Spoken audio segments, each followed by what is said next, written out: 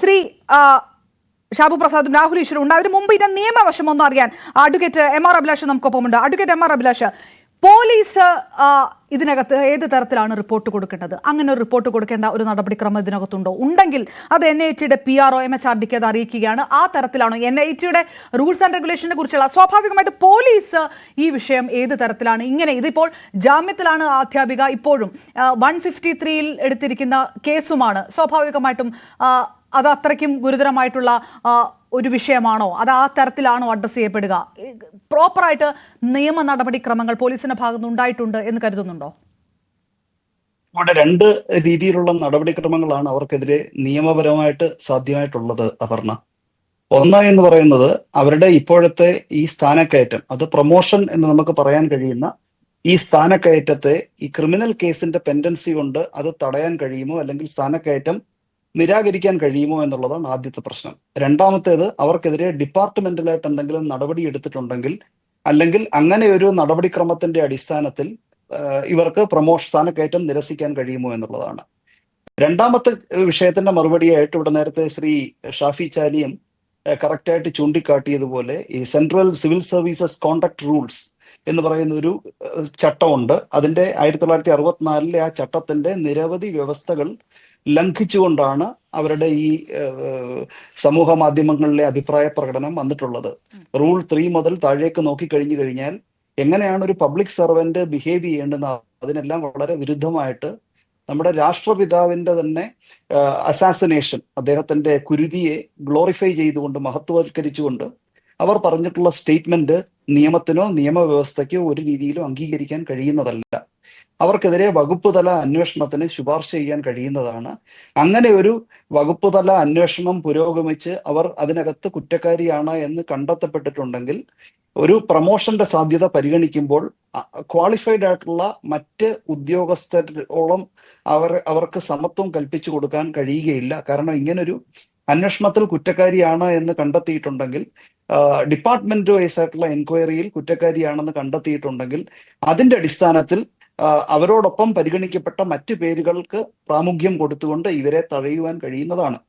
ഇങ്ങനെ വകുപ്പ് തല ഒരു അന്വേഷണം അവർക്കെതിരെ വന്നിട്ടുണ്ടോ ഇല്ലയോ എന്ന് നമുക്കറിയില്ല. അങ്ങനെ ഉണ്ടായെങ്കിൽ ഈ 64-ലെ central civil services conduct rules NITകൾക്ക് ആപ്ലിക്കബിൾ ആണ് എന്നതുകൊണ്ട് തന്നെ അത് വളരെ ഗൗരവകരമായിട്ടുള്ള ഒരു കാര്യമാണ്.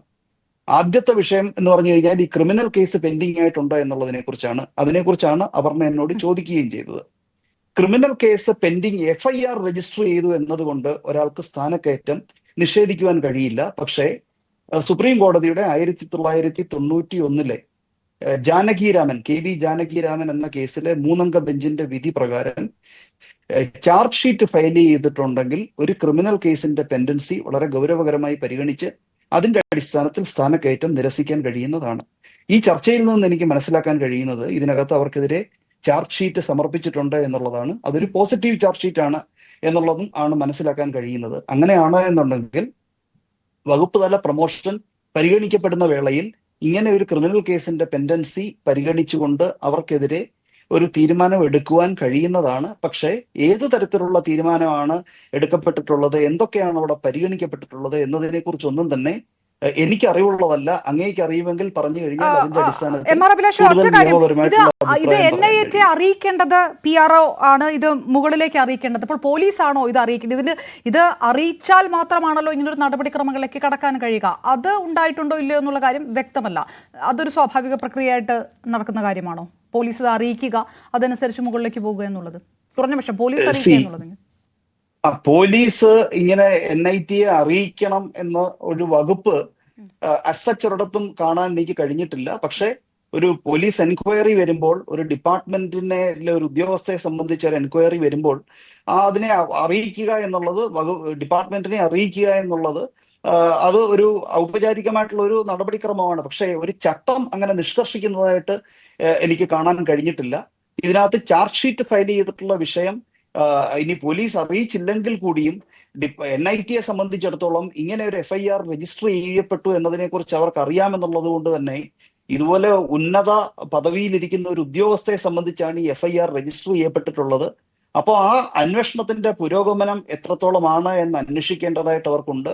ചാർജ് ഷീറ്റ് ഫയൽ ചെയ്തിട്ടുണ്ടോ എന്നുള്ളതും അതൊരു പോസിറ്റീവ് ഫൈനൽ റിപ്പോർട്ടാണോ എന്നുള്ളത് അസർട്ടൈൻ ചെയ്യേണ്ടതായിട്ടുള്ള ഉത്തരവാദിത്വം എൻ ഐ ടിയിലാണ് പ്രാഥമികമായിട്ട് നിക്ഷിപ്തമായിട്ടുള്ളത്. കാരണം അവരുടെ പ്രൊമോഷനെ സംബന്ധിച്ചിട്ടുള്ള സ്ഥാനക്കയറ്റത്തെ സംബന്ധിച്ചിട്ടുള്ള തീരുമാനം എടുക്കേണ്ടത് എൻ ഐ ടി ആണ് എന്നുള്ളത് കൊണ്ട് തന്നെ ഇത് ചാർജ് ഷീറ്റ് ഫയൽ ചെയ്തിട്ടുണ്ടോ, FIR രജിസ്റ്റർ ചെയ്തിട്ടുണ്ടോ എന്നുള്ളത് ഒരു ഘടകമേ അല്ല. സുപ്രീം കോടതിയുടെ ജാനകിരാമൻ കേസിലെ വിധി വളരെ വ്യക്തമായിട്ട് പറയുന്നുണ്ട്. പക്ഷേ ചാർജ് ഷീറ്റ് ഫയൽ ചെയ്തിട്ടുണ്ടോ എന്നുള്ളത് അന്വേഷിക്കേണ്ടതായിട്ടുള്ളത് NIT-യുടെ ഉത്തരവാദിത്വമാണ് എന്നുള്ളതാണ് എന്റെ ഒരു അഭിപ്രായം. Okay, right.